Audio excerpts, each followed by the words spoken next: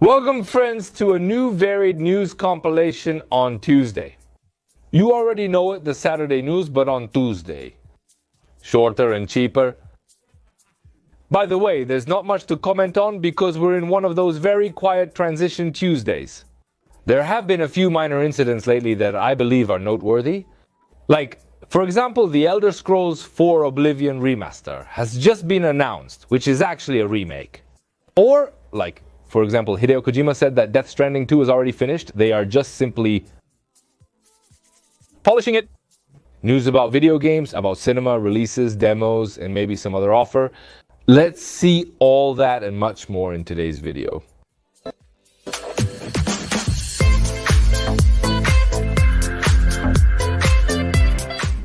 And we start talking about Nintendo, because the Big N has just revived one of its most iconic and epic classic commercials from the 90s. A commercial in which Paul Rudd, who plays Ant-Man, demonstrated the gaming experience of the Super Nintendo. At that time, well, Nintendo re-recorded this commercial with Paul Rudd, but he was older, more mature. And they released it as if it were that commercial from the 90s, but now 35 years later, the commercial is very nice and is obviously available in its entirety on YouTube. You type in Nintendo Switch 2 Paul Rudd and it comes up and you watch it, it's good. Remember this video game, the indie game about the egg? It proposed that you be an egg and that you climb to the top of a barn without crashing and without breaking. Well, it turns out that it has not been released yet, but we have news that we already have a demo, or rather we have a beta or something like that. You go to Steam right now, and in the search bar you put Egging On, which is the name of the video game. And on the official page of the title, well, there you can apply for early access to the beta test or something like that. To try out the title. You won't be able to play it completely, but at least you'll be able to try the first level of the video game. This shows the complexity of the seemingly simple and straightforward title, because in reality there is a pretty tough mechanic tucked inside this title, which is that depending on which part of the egg you're spinning, the type of jump you're going to make. All the complexity of the game lies in how the egg spins. And if you're dying to try it, well, you can try it now. Speaking of things you can play right away. We have to talk about the Elder Scrolls 4 Oblivion because the remaster of this game has finally arrived. And this is how it looks. You can play it right now. This game from 2006 that has been repainted and fixed. It's a remaster, but it's also a bit of a remake. Because they not only improved the resolution, graphics, lighting system, and some physics, but they also tweaked some aspects of the game to make it a bit more modern. It's not a complete remake, but it's more than a simple remaster.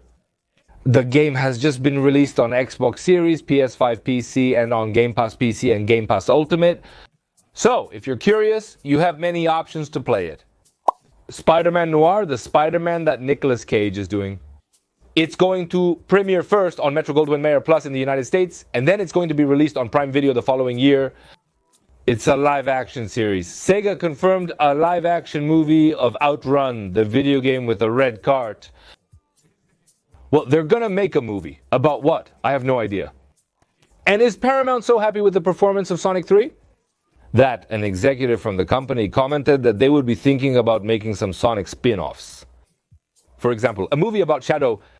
What you're seeing on screen is called Recur. It's a video game that tells the story of a mailman facing the end of the world. And just before he dies, he realizes that he has powers.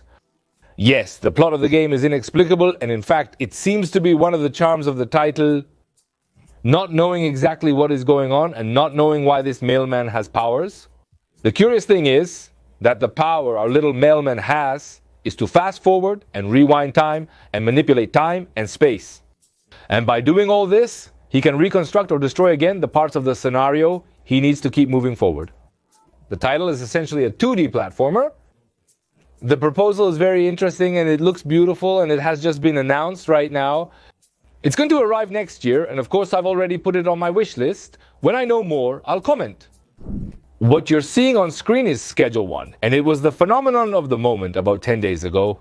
But I didn't talk about it at the time, so I'm talking now.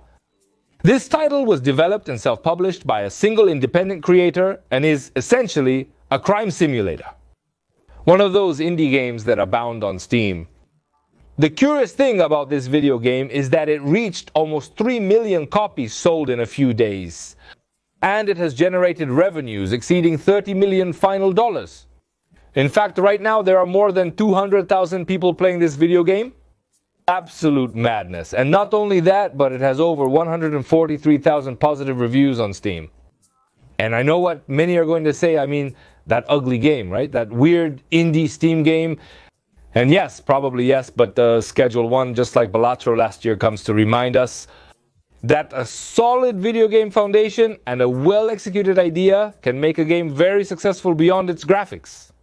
Many games, including AAA titles, make $30 million. But this title is estimated to have cost $1,000. $1,000! Nothing costs $1,000 in the video game industry. A PC costs $1,000. It doesn't even cost more. It's estimated to have cost $1,000 made by a single man at home in his spare time. Schedule 1 goes from playing to Breaking Bad in a nutshell. Without revealing too much, are you watching the show? Because if I go into detail, if I start explaining what YouTube is about, you may misinterpret my words and assume I'm suggesting something I'm not. I'm merely discussing a video game. So I show you the video game, you draw your conclusions and relate it to Breaking Bad, and that's it. The thing is, this video game, as ugly as it looks, as bare as almost, it looks unfinished. In many ways, as it is, it's more successful than Assassin's Creed Shadow, for example, one of the biggest and most recent releases we have. Because if we take into account what it cost to develop it and what it made, well, Shadow has a long way to go to be profitable. This happens repeatedly. Some ideas may not be the most original, but they are well executed, funny, humorous, and enjoyable to play. It's all you need for a game to succeed. And these types of cases should awaken the minds of those creatives who are behind those computers and those multi-million-dollar companies developing generic video games. To realize that all they have to do is make a fun game. Don't play Kato. Honestly, I didn't play it. I have the demo there. By the way, if you want to play it, there's a free PC demo available. I have the demo, but still haven't tried it. I'm not interested, but these types of phenomena are interesting.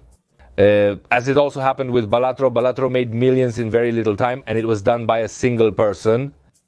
Well, anyway, hopefully one day, the video game industry, at least the big companies, will wake up and realize that all it takes is a fun, well-executed proposal, and nothing more than everything else. It's beauty, facial captures, orchestral music, ray tracing, everything else is beauty, but there has to be something at the core. I don't want to go off topic with this. If you're curious, try Schedule 1 on Steam, speaking of simple but well-developed ideas that become profitable very quickly. We have the Souls-like of the Crab, the Another Craft Treasure, which just received the New Game Plus and new weapons, polishing, and other little things with a new update. And also, they put it on Steam sale at 40% off, and I also think it's on sale on Xbox too at 40%. If you're interested in buying it for PC to play it, because at the time you couldn't buy it, on Eneba, they sell it to you for $9, nothing more, it's very cheap. I leave you a link in the video description for you to look for it if you're interested, it's quite fun. This 25th and 26th of April, the GEM Awards will take place in Seville, which is a video game awards ceremony. Just like Jeff Keighley's Game Awards, but completely in Spanish. The Game Awards are actually a video game fair and also a live awards presentation, hosted by Jagger and Maya Pixelskaya, with a ton of guests, shows, events, and other things. And in the middle of the whole event, I'm going to be Mikole. I'm going to be hosting most of the streams, the broadcasts, and whatever is happening at the GEM Awards during this 25th and 26th of April, because the event is in person at a fair, but it's also digital. Everything will be broadcasted through the Purple platform on the GEM Awards channel. Check out the GEM Awards channel on the Purple platform now. You will find many of my live streams where I collaborate with other content creators, guests, and so on. I'm not going to put a link, because you know YouTube doesn't like those links, but you look for it. GEM Awards on the Purple platform, and there it is. Well, through there, I will be doing broadcasts on Friday and Saturday. All day with guests. Due to the large number of guests, I won't name them all. I'll just give you a brief overview. But there are quite famous people and quite recognized people like Zorman Look. Well, the point is that this is a video game awards ceremony. And if you go to this page, which I will leave in the first comment, and you go here where it says vote, you can also vote for the game of the year, for the best action game, the best shooter, the best strategy game, the best racing game, and all that. I'm going to leave the link in the first comment so that those who haven't voted yet in this event can enter and vote. I highly recommend doing it because this is the first video game award that exists in Spanish. It is being developed in Spain today, but there are plans to expand development to Latin America in the future. There are very ambitious projects regarding all of this. And it's an initiative that I believe gives us a certain relevance at a global level, a relevance that we don't have. The Spanish-speaking gamers already know what happens. They always leave us for last. The games don't come out in Spanish, or if they do come out in Latin, they don't come out of Spain. If they come out of Spain, they don't come out in Latin. Or they don't put dubbing, or they do things like that. Well, that's because a large part of the video game industry doesn't have us where we deserve to be. That's why it's important that you participate in this project, that you go to the link I left in the first comment, and that you go and vote. And vote for your favorite video games, because it's also going to be a generalized census of what people vote for and play, since in this award, only people vote. Unlike Jeff Keighley's awards. Stay tuned to the channel I mentioned on the purple platform. If you enjoy my content, you'll like what I'll be creating there, since it will feature me interacting with others. And also on that website that I leave you in the first comment, there are entries, because it's a live event in Seville where I'm going to have a meet and greet and also give some talks if you're interested. The Fortnite-Star Wars collaboration, Galactic Battle, will launch on May 2nd with a very complete mini-season full of content that will be given in different chapters. It starts on May 2nd and week after week during 5 consecutive weeks. New content will be given and new little things for Fortnite. Incredible how this game keeps getting better collaborations. Speaking of crazy events, the new Marvel Rivals event for video games as a service arrives on April 25th. Bringing bobblehead characters, that's right, it's the same game as always, but with bobblehead characters, crazy sounds when you make a headshot and some new stats, because the character is a bobblehead, basically. It's a free event. Bandai Namco officially launches Daima Character Pack, one for Dragon Ball Sparking Zero. A downloadable character pack with 8 new characters added to the Sparking Zero character roster. All from Dragon Ball Daima. This pack is available from April 21st for those who have pre-purchased the season editions and all that. But it launches on the 24th and costs $10. That same April 24th, we have the premiere of Clair Obscur Expedition 33. A video game that's been discussed extensively. To avoid repetition, I won't delve into the details again. I'm just going to tell you that if you've already bought it or if you have Game Pass, you can pre-download it now. It weighs between 40 and 50 gigabytes. You can start doing it if you want. Another piece of news we have about this video game is the duration. And I think it's good news. Because its developers told us that the video game only lasts 30 hours. At least that's what the developers said.